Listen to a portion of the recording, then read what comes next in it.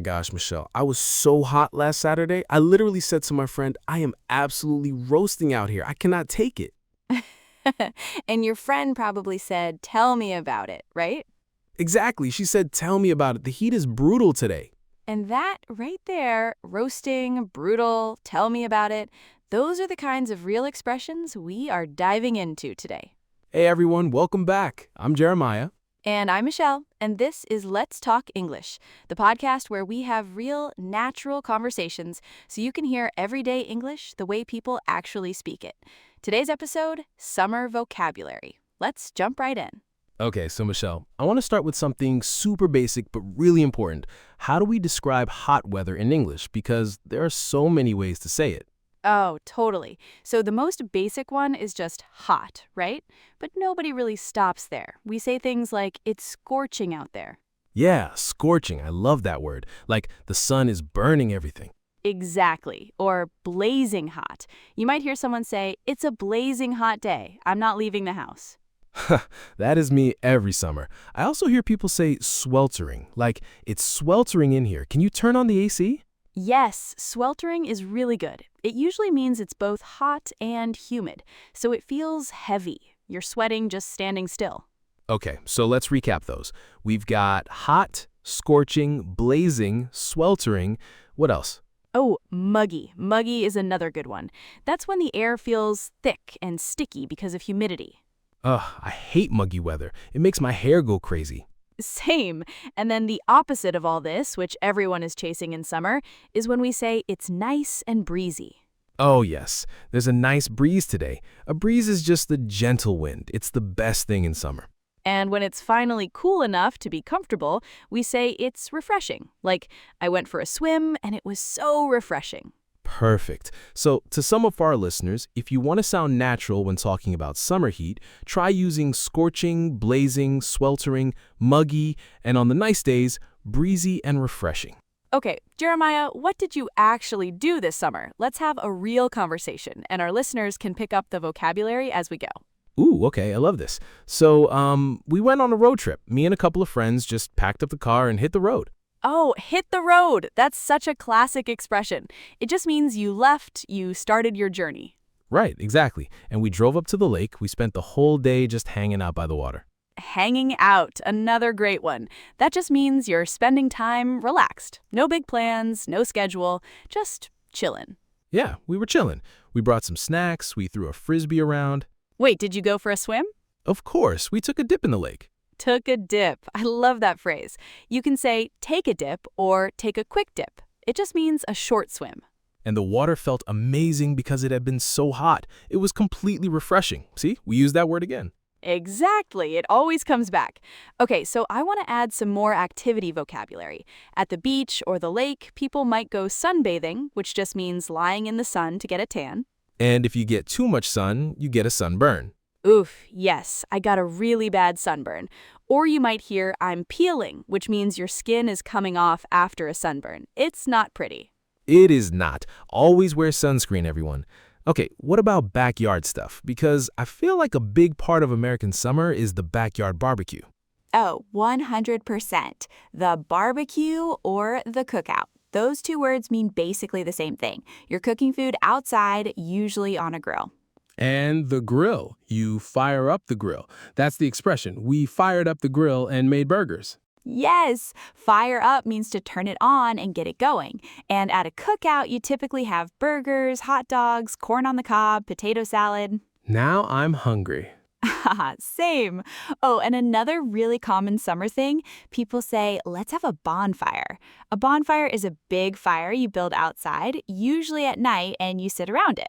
You roast marshmallows, you make s'mores. You tell stories, you look at the stars, very cozy. Okay, I want to also mention staycation because I hear this a lot. A staycation is when you take time off work, but you stay home. You don't actually travel anywhere. You just relax locally.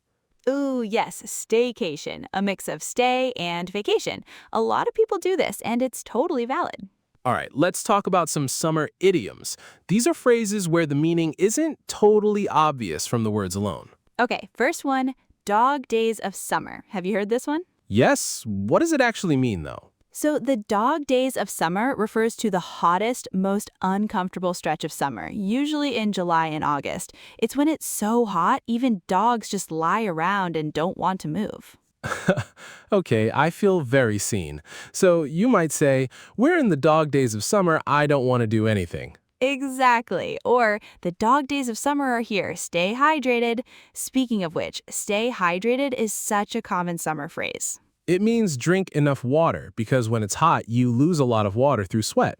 Right. And you'll hear people say, beat the heat. Like, what's your trick for beating the heat? It means, how do you manage to stay cool when it's very hot? Great one. I beat the heat by staying inside with the AC on full blast. Haha, full blast. That means at the highest setting. The AC is on full blast, the fan is on full blast. Okay, here's another expression. Fun in the sun. You hear this all the time in summer. We had so much fun in the sun today. It just means you had a great time doing outdoor activities. It rhymes, which is why people like to say it. And soak up the sun. That one's really common too. Yes, I just want to go outside and soak up the sun. It means to enjoy the sunshine, take it all in, like you're absorbing it. And the opposite, if you stay inside all summer and avoid the sun, someone might say, you haven't soaked up any sun this summer. You look pale. Okay, there's also summer fling. Do you know this one? Oh, a summer fling, that's like a short romantic relationship that happens in summer and then ends when summer is over, right? Exactly. It's kind of romantic and a little bit sad at the same time. Very cinematic. Okay, one more expression. Living it up. We were living it up at the beach all week. Living it up means really enjoying yourself to the fullest, having a great time, treating yourself. Very positive energy. Perfect. So for idioms, we've got dog days of summer, beat the heat, fun in the sun, soak up the sun, and living it up. Okay, Jeremiah, let's do a quick little recap game for our listeners. Oh, I love this. Hit me. All right, I'll give you a sentence with a blank and you fill it in. And listeners, pause us and try to answer before Jeremiah does. Okay, ready. It is blank outside today. The humidity is unbearable and I'm sweating just standing here. Sweltering. It is sweltering outside today. Perfect! Okay, next one. We packed up the cooler, put some chairs in the trunk, and blank the road early in the morning. Hit. We hit the road early in the morning. Yes! Okay, this one's a little tricky. After 3 hours at the beach, my shoulders are bright red. I think I got a bad blank. Sunburn. I got a bad sunburn. Great! One more.